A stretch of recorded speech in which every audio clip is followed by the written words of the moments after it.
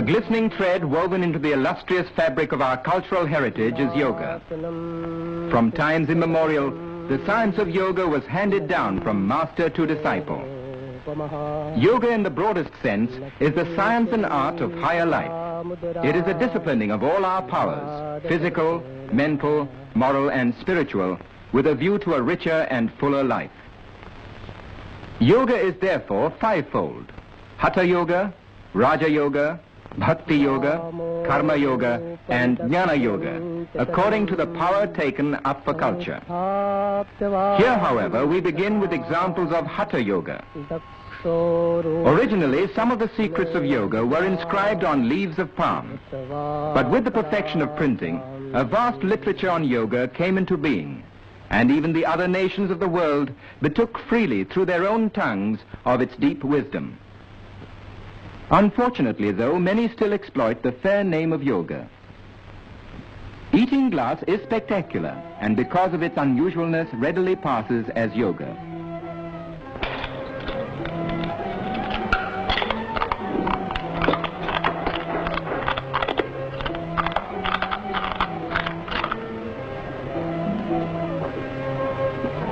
Any audience will watch such a feat in wide-eyed wonder, and more so when the performer follows it with undiluted nitric acid. But these exploits aren't yoga. Ah, here's a Swami who is always ready to serve suffering humanity. The secret lies in the talisman. Such earnest meditation means time, and time means money in any language, more so in this Swami's.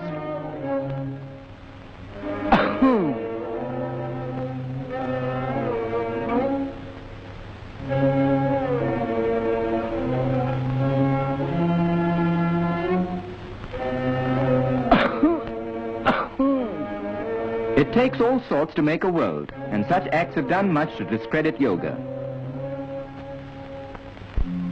But the genuine followers of yoga are above such petty concepts, for there is no base materialism in yoga. It involves purification, concentration, control, dedication or sublimation of the respective power. The ultimate aim of yoga is to achieve purity and freedom of the spirit. Yoga, then, is the science of living a pure and healthy life, physically, mentally, and spiritually. To help achieve this end, a set of physical exercises called asanas has been evolved, which can be followed by anyone of any age, race, or creed.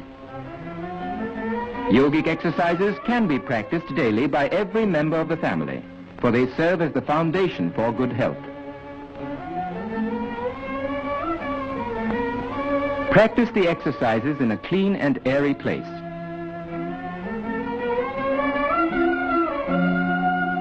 It's never too young to learn or to benefit from yoga.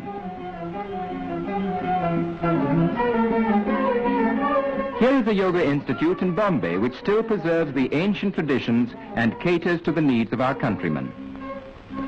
For the cure of specific ailments, one should seek guidance from an expert who will first carry out a detailed medical examination.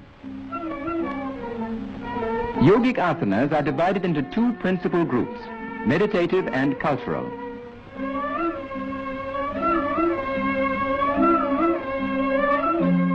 This asana, Dhanurvakrasana, or the bow curve pose, helps to keep interior and posterior muscles supple.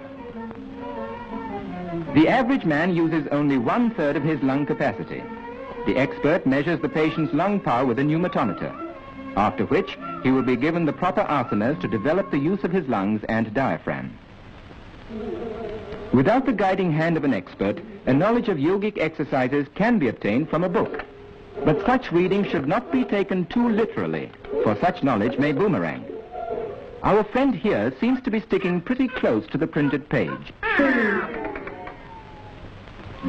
No apparatus or implements of any sort are required to perform asanas.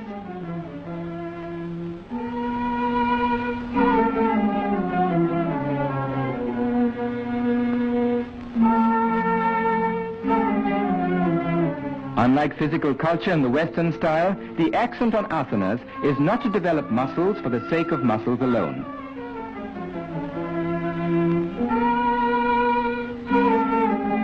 aim of yogic asanas is not bodily strength, but the development of the internal organs without any strain whatsoever. The yoga mudra, through compression, stimulates the abdominal organs, and through maximum stretch of the spine, it adjusts the vertebrae and increases spinal circulation.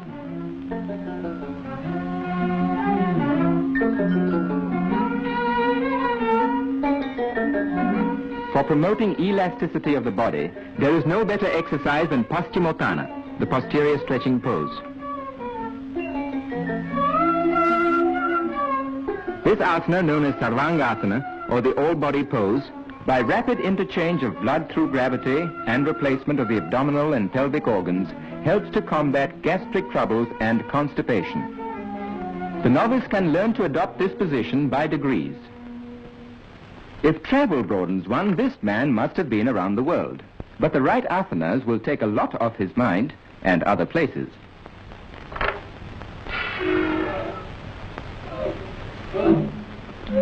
Even though of ancient origin, the daily practice of yogic exercises will benefit all who live in the modern world, no matter what profession we follow.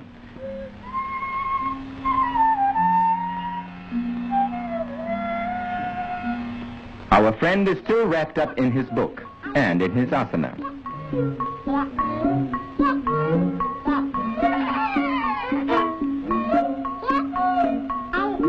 What he needs is a helping hand. Good, he has one to spare. Shirsasana, or the head-low posture, commonly called the topsy-turvy pose, is a form of head-low exercise that requires great skill and execution. Observe its execution carefully. It is, however, an asana that is extremely beneficial to persons suffering from constipation. The Shirshasana must be practiced in moderation by stages, first a few seconds and then gradually increased to 5 minutes. It improves the general circulation, especially in the head, and relieves pressure on the distended or compressed internal organs. It is good for the brain and improves the memory. It is also supposed to prevent gray hair. The beneficial effects of yoga are also enjoyed by our women. Here's the Bhujangasana, or the famous cobra pose, specially suitable for women in the exercising of the spine and abdomen and for toning up the pelvic muscles. Viparita Karni, or reverse process, tones up the pelvic organs.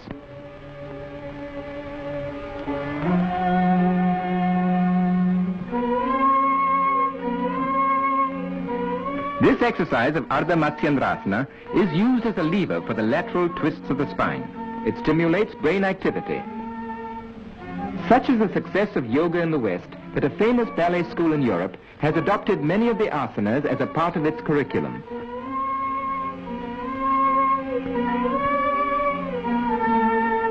Suppleness of limb means also a corresponding suppleness of mind. Well, this is what comes of sticking too closely to the printed page. In other words, he's stuck. Ladies and gentlemen, the solution to this crossword, sorry, cross-leg, will appear in tomorrow's paper. The Shakti Chalana Mudra, or activating process, is excellent as an internal abdominal massage. By increased inhalation through yoga, the number of breaths per minute is decreased, which makes for longevity and calmness of mind, for the brain vibrates with every respiration. This is Bhastrika, or bellows breathing, which, by rapidly increasing the supply of oxygen, stimulates the respiratory tract and keeps it perfectly healthy. The aim of yoga is not only bodily strength, but health, stamina, and efficiency of mind, qualities that we all need at work or play in everyday life. Students of yoga attain these qualities no matter how old they are or what they do. With physical and mental good health thus acquired, man can, with further training in yoga, attain the sublimity and freedom of his soul. And when he finally becomes one with the infinite, he enters the realm of eternal peace, which is, and always will be, the supreme aim of man.